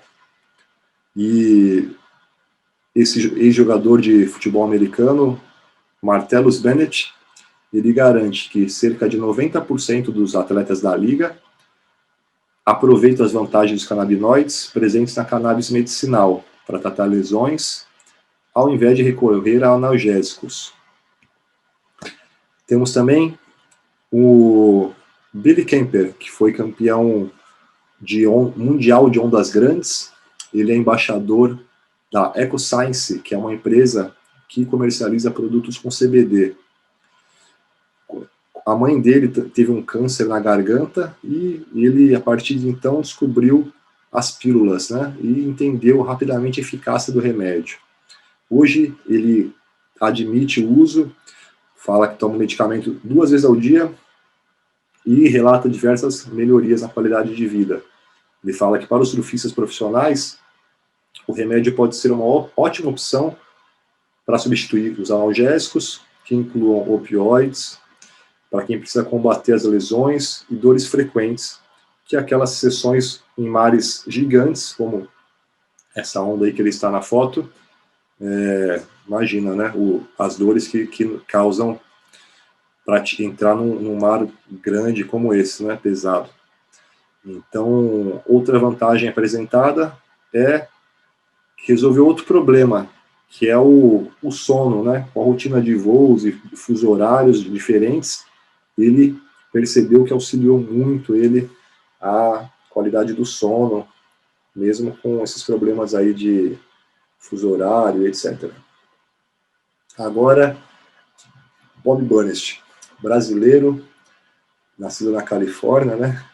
Mas um atleta aqui brasileiro também. Ele, na Califórnia, foi o primeiro estado a legalizar a cannabis. Então, ele já está vivendo essa realidade há muito tempo. E o skate tem os patrocinadores de negócios legais da maconha, assim como outras modalidades. Inclusive, falamos aí sobre o surfista que é embaixador de uma marca também. Então, são diversos negócios legais que a maconha movimenta. E essa aliança entre os lucros da cannabis e o investimento no skate é defendida não só pelo Bob, como outros, que ele estava até pouco tempo atrás presidente da Confederação Brasileira de Skate, e outros atletas também. Bob é o recordista em medalhas do X Games, um ícone do esporte, e afirma que sempre fez uso da maconha. Isso, enfim, todo mundo que pratica esporte há bastante tempo sabe que tem pessoas que relatam isso, né? Os benefícios da cannabis, muito antes de existir, de se falar, de existir essa gama enorme de produtos de CBD, né? Então, o Bob relata que ajuda muito nas dores crônicas que ele sente. Porque imagina, skate e dor andam juntos, né? O esporte sem quedas e lesões é um esporte impossível praticar o skate sem falar em cair e se machucar. E onde tem dor, tem analgésicos. Então, por conta disso, eles sentiram na própria pele, né? Ele quer mudar essa história aí, e ele é um ativista, então ele diz que é uma oportunidade que o skate está tendo de liderar esse movimento, inclusive mantendo sua identidade de contestar, né, dos skatistas. Não, além do principal de tudo, né, de não estar se matando com drogas muito mais pesadas, que é o que a gente vem falando aqui desde o início da apresentação. É um absurdo, já tem milhares de estudos em medicamentos analgésicos com THC que mostram um risco muito menor para o consumidor do que os opioides. Mas, lembrando mais uma vez que o THC continua proibido, apesar deles ser analgésico, ser anti-inflamatório, ter todos os benefícios, inclusive antitumorais e etc., continua proibido. Esse é um atleta famoso também, ativista, lutador de MMA, Nate Diaz, defendeu o CBD e já utilizou, inclusive, em algumas, após as lutas, né, na entrevista, depois da luta, já fazendo uso de vaporizadores, né, com CBD, porque para ter um alívio da dor imediato, né, é uma forma de uso que mais rápido, né, age mais rápido. Então, ficou muito famosa essa imagem dele aí com o vaporizador na entrevista, após a disputa de um título, e ele fala abertamente, isso ajuda na cicatrização, na inflamação, e então você pode usar antes e depois das lutas em treinamentos, vai fazer sua vida melhor, diz ele, que é um consumidor publicamente aí declarado de cannabis. Agora, mudando de modalidade, o maior pontuador da história da NBA, Kareem Abdul-Jabbar, utiliza a substância com prescrição médica para tratamento de dores de cabeça. Ele diz que experimentou a planta pela primeira vez aos 17 anos. Temos outras pesquisas também, uma de 2016, mostra que a maconha é a segunda substância mais consumida entre os atletas. Perde apenas para o álcool, que é a mais consumida. Mas atletas não podem usar a maconha devido ao THC, né, como a gente está falando aqui. Só pode usar os produtos ricos em CBD. No caso, a maconha fumada, ela acusa, né? Se você inalar de alguém que está próximo de você, segundo a UADA aí, não acusa mais esse limite de 150 nanogramas por ml, como a gente já explicou antes. Então, eles falam, né, que o THC é substância psicoativa, responsável pela alteração do estado mental, relaxamento, analgesia, enfim, né, como as outras substâncias também, né, no caso, mas gostam de falar que o THC é psicoativo e que o CBD não é, né, que o CBD é bonzinho, o THC não. Inclusive, tentam segregar de vez, né, o CBD da maconha, para falar que a maconha é ruim e o CBD é bom, mas de onde vem o CBD, né? Vem de que planta? Muito embora a droga não pareça trazer qualquer benefício à performance esportiva, uma vez que ela relaxa a musculatura excessivamente, causa sonolência, diminui reflexos, e uma análise menos científica, podemos dizer que desacelera as pessoas. Então, ela estava até pouco tempo listada como proibida, ao lado de anabolizantes, esteroides e de outros estimulantes. Será que ela deveria estar proibida até isso ter sido reconsiderado somente em 2018? Vamos falar sobre outras consequências positivas e negativas. Há uma fraca evidência científica apontando que a maconha promove a dilatação dos brônquios, dizendo que isso facilitaria a respiração durante o exercício, sendo um fator de vantagem para os atletas. Então, por isso, poderia ser considerado doping, considerado uma vantagem sobre os outros.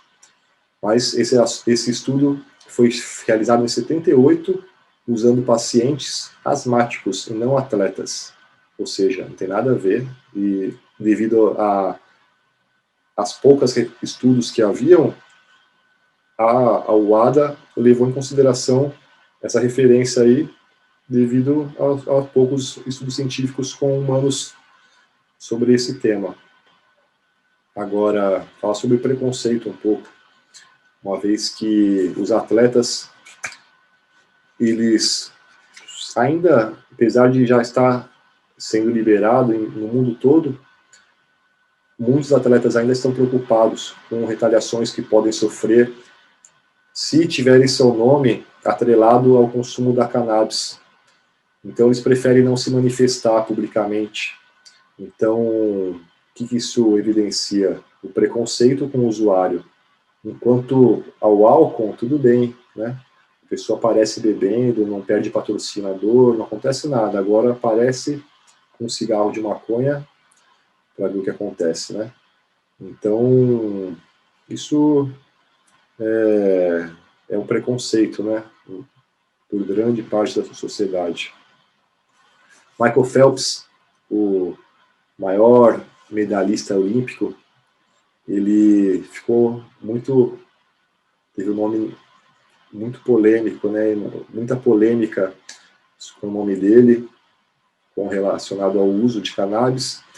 E, por exemplo, em 2019, foi fotografado usando a droga, né? E essa história viralizou pelo mundo. O que aconteceu? Ele foi suspenso por 3 meses pela Federação de Natação, perdeu contrato com um grande patrocinador e ele já estava aposentado, inclusive, né? E mesmo assim, sofreu e sofre preconceito, mesmo sendo um atleta, enfim, melhor de todos os tempos na sua modalidade.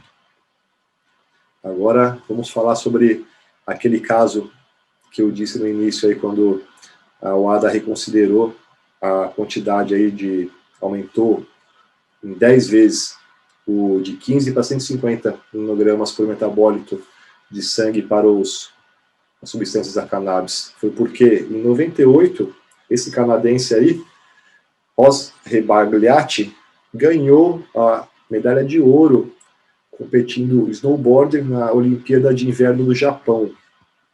E pouco depois que ele recebeu a medalha, saiu o resultado do exame antidoping e foi detectado uma quantidade de 17,8 nanogramas por ml de um metabólico da maconha no seu exame antidoping. E ele teve seu título retirado pelo Comitê Olímpico Internacional. Desde o início, ele alegou que não havia utilizado a droga e o teste tirado positivo, mas ele não havia usado nada. Enfim, mas ele já desconfiou e relatou que poderia ser uma inalação direta da fumaça de outras pessoas ao redor dele, ou seja, um fumante passivo. E, de fato, isso foi comprovado por estudos que a inalação passiva pode acusar a substância no sangue ou na urina. Mas existem muitas variáveis nesse caso. De qualquer maneira, ele conseguiu recuperar sua medalha de ouro e o posto de campeão olímpico, depois de ter que apelar na Suprema Corte Arbitral do Esporte com estudos científicos sobre inalação passiva e tudo mais. Ou seja, ele teve que... Então, deu trabalho para ele recuperar sua medalha de campeão e, enfim, provar, né, tudo que ele alegou desde o início. Após isso, somente em 2017 foi reconsiderado aí, aumentando 10 vezes, de 15 para 150 nanogramas, conforme já falei, né, sobre para acusar, né, sobre a substância da cannabis no organismo. Então, esse atleta, ele diz que a maconha trata mais dores físicas e mentais do que qualquer outra substância. Faz parte de um estilo de vida saudável e tem 0 calorias, portanto, não devia ser uma preocupação para as autoridades. Ele diz que os atletas usam a erva como uma forma natural de tratar dores, inflamações, ansiedade, e ainda para ajudar a manter o controle e durante treinos tão intensos. Esportistas deveriam se orgulhar de usar a maconha e não o álcool. Se orgulhar de usar maconha e não outras substâncias que configuram doping, como falamos aí, os estimulantes, né, esteroides. Apesar da liberação do CBD no esporte, a utilização da cannabis através do fumo, consequentemente, libera no corpo humano canabinoides com efeitos psicotrópicos, como o THC, e continua proibido e gerando controvérsias. A cannabis pode ser considerada um remédio de leve toxicidade aguda baixa e não apresenta risco de morte por overdose. Em 98, o Departamento de Justiça norte-americano concluiu que, em termos práticos, a maconha não induz resposta letal tóxica. Entre as possibilidades de uso medicinal, já reconhecida para a cannabis, está seu efeito analgésico, sua capacidade sedativa e meio relaxante, capaz não só de potencializar a ação de opioides, mas também diminuindo seus efeitos colaterais, inclusive de obstipação em portadores de dores crônicas. Mais de 38 estudos controlados foram feitos para definir a eficácia do uso da substância CBD em diversos tratamentos médicos e doenças inflamatórias, e também distúrbios do sono. Além dos benefícios anti-inflamatórios, o CBD pode servir como ansiolítico, analgésico e é rico em antioxidantes. Ainda há outros estudos que rotulam o ativo de neuroprotetor, sugerindo que ele é capaz de reforçar o cérebro e proteger também. Uma revisão de 2017 do Journal Science in Medicine and Sport apontou que apenas 15 estudos investigaram os efeitos da maconha e do seu principal ingrediente psicoativo, o THC, na performance de atletas. E segundo um cardiologista, farmacologista e professor da Universidade de New South Wales, que conduziu essa revisão, o THC não é um componente que melhora o desempenho aeróbio e a força. Para ele, a maconha não ajuda nem melhora a concentração. Mas, do ponto de vista fisiológico, a relação entre o uso da maconha e a corrida faz algum sentido. Porque tem os mesmos caminhos dentro do cérebro, né, os neurológicos. Ambos envolvem a ativação do sistema endocannabinoide. Portanto, não é de surpreender que o THC possa ser usado para melhorar a alta do corredor obtida com o excesso da resistência, explicou o especialista. Em um outro estudo, pesquisadores alemães descobriram que o sistema endocannabinoide do cérebro, que é o conjunto de receptores e enzimas que trabalham como sinalizadores e se comunicam entre as células e os processos do corpo, é o mesmo afetado pela maconha. Também pode desempenhar um papel no processo de recompensa, trazida pelo exercício. Então, os cientistas acreditam que o uso de canabinoides externos, no caso a maconha, né, porque a gente tem os endógenos também, que são produzidos no organismo, como a anandamida. Então, assim, esses endógenos externos poderiam ter efeitos variáveis na motivação para o exercício. Alguns poderiam ter uma potencialização dos efeitos motivacionais, outra uma inibição. A gente sabe que existem diversas cepas de cannabis e cada uma tem seu perfil, né? Umas podem deixar mais sonolentos, outras mais eufóricos, enfim, por aí. E Outro estudo de neuroimagem, realizado na Alemanha, descobriu que os exercícios aeróbicos liberam endorfinas, que desempenham um papel crucial em relação à emoção e à cognição. Mas essas sensações não são causadas apenas por elas. Um endocannabinoide solúvel em lipídios, chamado anandamida, que ele é endógeno, né, produzido pelo nosso organismo, também é encontrado em níveis elevados no sangue das pessoas após a corrida, que é o que a gente estava falando no slide anterior, que pode viajar do sangue para o cérebro e ajudar a desencadear a chamada brisa, né? Em outro estudo, feito com estudantes universitários, um estudo pequena escala, comprovou essa ideia, conforme publicada na revista.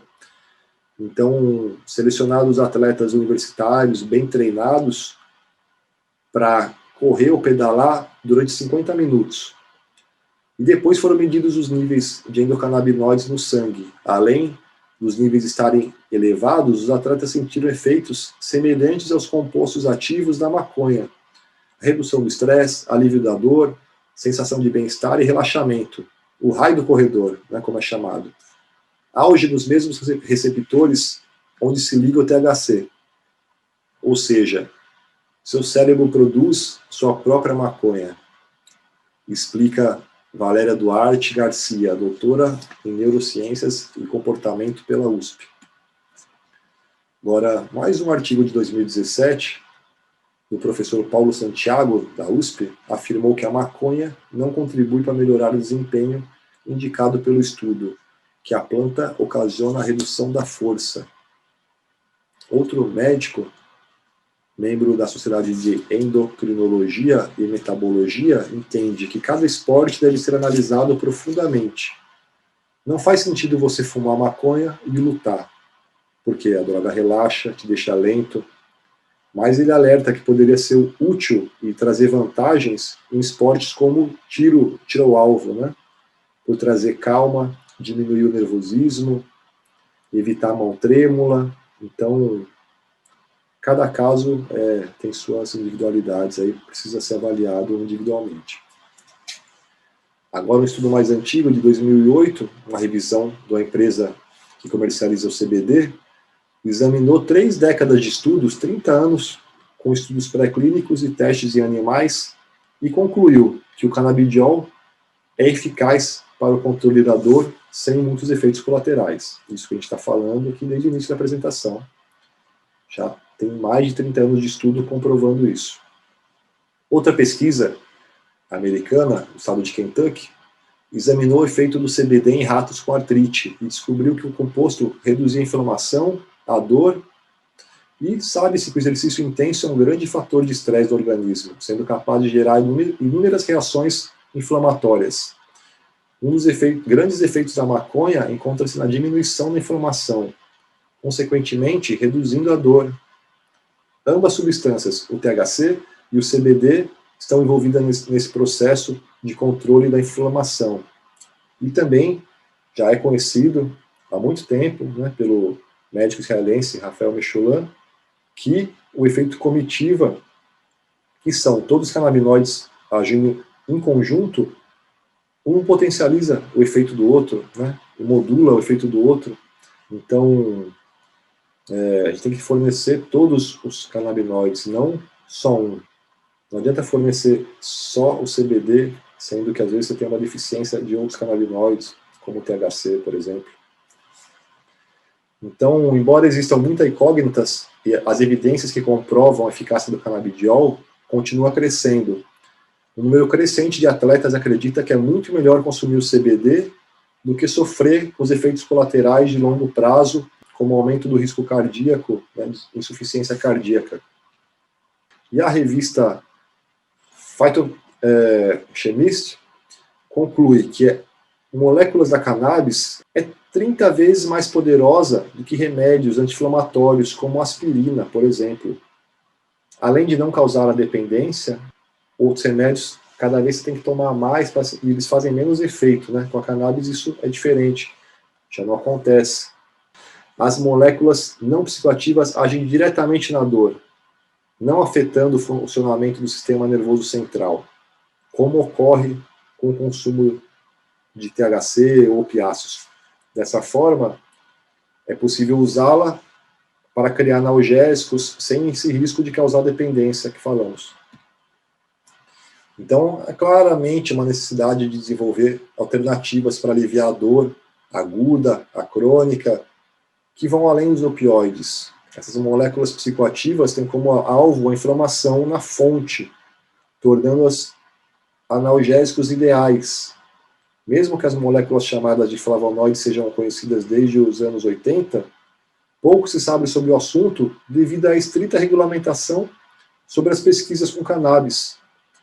E a recente legalização da cannabis no Canadá está permitindo que os cientistas estudem agora sem problemas e está surgindo diversas pesquisas aí, comprovando todo o seu poder. Então, que é só para ilustrar um pouco, né, o esporte. Vamos para considerações finais. Na vida de um atleta, as contusões são muito frequentes e, para enfrentar esse problema, é comum o uso de remédios e anti-inflamatórios que aliviam as dores e sempre vêm acompanhados por efeitos colaterais indesejáveis. A respeito da cannabis, ainda não há um consenso entre os profissionais do esporte e da saúde, na medida que cada canabinoide tem um efeito diferente. Alguns atletas utilizam o canabidiol para tratamento de inflamações e dores nos músculos. E, enfim, o consenso maior é que a utilização da planta fumada apresenta maiores divergências, né? Esse é o único consenso que se tem. E não é novidade, principalmente em países onde a maconha é legalizada, os atletas estarem falando abertamente sobre o consumo da planta, desde jogadores profissionais de hóquei até corredores de elite se declaram usuários para aliviar a dor, melhorar o foco, e não é buscando vantagem no desempenho, mas sim uma melhora, alívio nas dores, uma melhora na recuperação. Então, enquanto alguns países apoiam o uso e a liberação da droga, outros questionam qual é a mensagem que um órgão esportivo pode passar ao mundo liberando o uso. Conforme um artigo publicado, o médico Zagori entende que a Agência Mundial Antidopagem pensa nessa mensagem que quer transmitir. Qual mensagem que eles querem transmitir a todos os atletas? Que os atletas sejam exemplo para as crianças se espelharem neles. Que todos queiram ter a saúde dos atletas. Então ele diz que complica apoiar a liberação da maconha pela imagem que isso iria trazer, dizendo que não tem problema, né? Se os atletas usam, então todo mundo pode usar também. Como a erva é liberada em alguns países e outros não, continuamos sem um consenso, né? Mas a ideia do Zagori é que quando se libera o uso, se entende que ela não é prejudicial à saúde, diz o endócrino. Só que pouco a pouco os atletas profissionais vão se despertando para a necessidade de ter um diálogo aberto em relação às drogas, né? Afinal, o debate sobre aquilo que é ou não nocivo ao atleta precisa ser discutido amplamente, né? E não só ao atleta, a sociedade inteira, né? A todos os indivíduos. Bom, é isso aí. Muito obrigado. Quero agradecer mais uma vez, Padre Ticão, todos que acompanharam. Fico muito feliz de estar aqui. Quem tiver alguma dúvida, terei o maior prazer em responder. Pode entrar em contato comigo pelas redes sociais, Raul Tami, ou pelo site www.raultami.com.br. Muito obrigado. Fiquem com Deus.